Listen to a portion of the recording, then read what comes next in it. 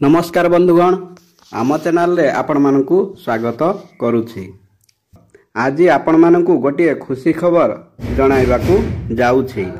एही खुशी खबरटी आपण मानकु जणाइबा पूर्व आपण मानकु मोर अनुरोध, वीडियो को गोटे लाइक एवं आमर चैनल को सब्सक्राइब करंतु। चलंतु जानिबा मधुबाबू पेंशन योजना हिताधिकारी बड़ खुशी खबर। बिग न्यूज बढ़िब भत्ता टंका खूब शीघ्र मुख्यमंत्री करिवे घोषणा, सूचना देले पांडियान। यहाकु नहीं समस्त प्रस्तुति शेष होईछि। मुख्यमंत्री नवीन पट्टनायक यहाकु घोषणा करिवे।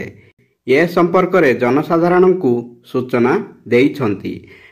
पांचटी तथा नवीन ओडिशा अध्यक्ष कार्तिक पांडियान आज बालेश्वर नीलगिरी रे आयोजित एक सभारे से यही सूचना प्रदान करिछंती।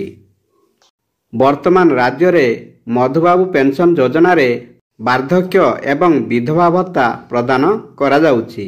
एथिरे बयस सीमा 60 रु ऊर्ध्व रखा जाइछि। हेले विधवा भत्ता पाई कोनोसी बयस सीमा नाही।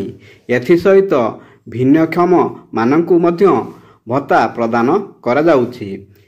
एही भत्ता परिमाण 500 टंका रु 800 टंका पर्यंत रहिछि। एही भत्ता टंका वृद्धि नहीं विभिन्न महल रे दाबी होई आसुछि। कारण 500 टंका रे जणे मास सारा चलिबा संभव हेउ नाही। एपरिकी 5टी अध्यक्ष विभिन्न जिला ग्रस्त समय रे मध्य तांकु सबु जिल्लारू यही अभियोग प्रदान करा जाउछि। ताहाकु दृष्टि रे रखी मुख्यमंत्री खूब शीघ्र भत्ता वृद्धि खबर देबे बोली पांडियान कहिसंती। बंधुगण, वीडियोटी भल लागिले वीडियो को गोटे लाइक, शेयर एवं आम चैनल को सब्सक्राइब करिया को भूलिबेनी। धन्यवाद। जय श्री कृष्ण।